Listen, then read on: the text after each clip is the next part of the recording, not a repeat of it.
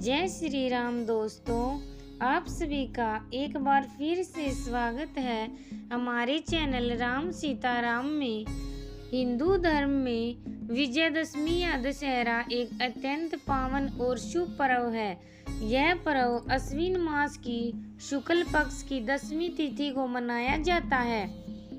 इस दिन भगवान श्री राम ने रावण का वध कर धर्म की अधर्म पर विजय स्थापित की थी। इसलिए इस पर्व को असत्य पर सत्य की, अधर्म पर धर्म की और अन्याय पर न्याय की विजय का प्रतीक माना जाता है। विजयदशमी से जुड़ी अनेक लोक कथाएं और पौराणिक प्रसंग प्रचलित हैं। इनमें से कुछ विशेष प्रसंग शबरी और माटी की कथाओं से जुड़े हुए हैं, जो इस पर्व के महत्व को और अधिक गहन बनाते हैं। आइए दशहरे के पौराणिक महत्व के बारे में जानते हैं। त्रेता युग में जब राक्षसों का अत्याचार अत्यधिक बढ़ गया, तब भगवान विष्णु ने राम के रूप में अवतार लिया। अयोध्या के राजा दशरथ के घर जन्मे श्री राम ने धर्म की रक्षा और मर्यादा की स्थापना के लिए वनवास स्वीकार किया। वनवास काल में माता सीता का हरण राक्षस राज रावण ने किया। भगवान ने राम, वनराज सुग्रीव, हनुमान और उनकी सेना के सहयोग से रावण के विरुद्ध युद्ध किया। अश्विन मास की शुक्ल पक्ष की 10वीं को लंका विजय कर रावण का वध किया। तभी से इस दिन को विजयदशमी कहा जाने लगा। विजयदशमी और शबरी की कथा। शबरी बिलनी की कथा इस पर्व के साथ गहराई से जुड़ी है। शबरी आदिवासी जाति की कन्या थी। उसका हृदय परम करुणामयी और भक्तिमय था। जब उसके विवाह का समय आया तो उसने देखा कि विवाह के अवसर पर गांव में असंख्य बकरियों और मुर्गियों की बलि दी जाएगी। यह देखकर उसका हृदय द्रवित हो गया। वह सोचने लगी, मेरे विवाह के कारण इन निर्दोष जीवों का वध होगा, यह तो अधर्म है। वह तुरंत विवाह मंडप से भागकर महान ऋषि मतंग के आश्रम में पहुंच गई और उनसे शरण मांगी। ऋषि ने उसे शरण दी और भक्ति मार्ग सिखाया।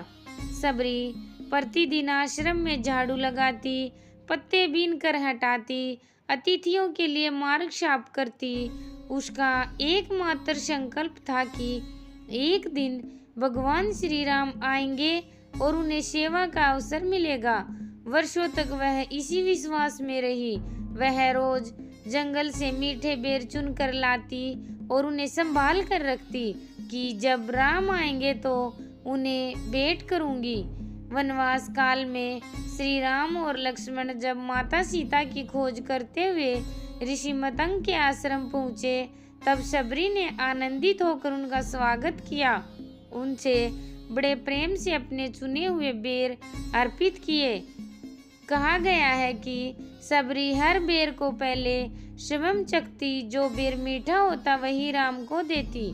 सामान्य दृष्टि से यह अनुचित लगता है, परंतु राम ने उसे भक्ति की अमूल्य निशानी मानकर उन बेरों को अत्यंत प्रसन्नता से स्वीकार किया। यह कहानी में सिखाती है कि भगवान को भक्ति और प्रेम से अर्पित किया गया अन्न, चाहे वह कैसा भी हो, उन्हें प्रिय होता है। शबरी की यह कहानी विजयदशमी के पर्व से हमें यह शिक्षा देती है कि सच्ची विजय वही है जो अहंकार छोड़कर भक्ति पूर्वक भगवान की शरण में मिलती है।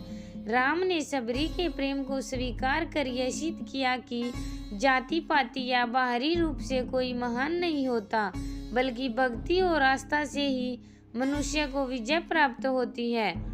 विजयदशमी और माटी की कथा।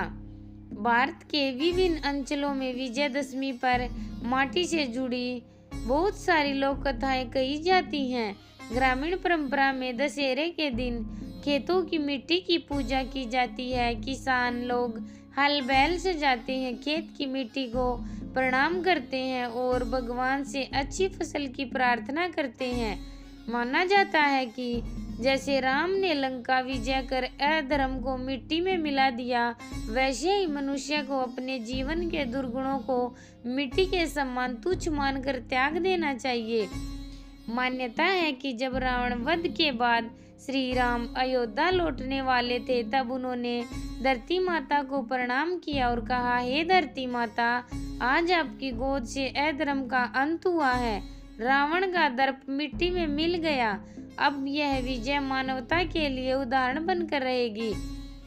तब धरती ने उत्तर दिया, हे राम, मैं तो निष्पक्ष हूँ, मुझ पर रावण भी चला और आप भी, पर अंतर यह है कि जिसने मुझे अधर्म और अत्याचार का साधन बनाया वह मिट गया, और जिसने मुझे धर्म और भक्ति की भूमि बनाया वही अमर हुआ। तभी से माटी की पूजा दशहरे की परंपरा से जुड़ गई। प्रिय श्रोताओं, ये थी विजयदशमी की कथा। अगर आप सभी को अच्छी लगी हो तो वीडियो को लाइक जरूर कीजिएगा और मेरे चैनल राम सीताराम को सब्सक्राइब करना ना भूलें। जय श्री राम।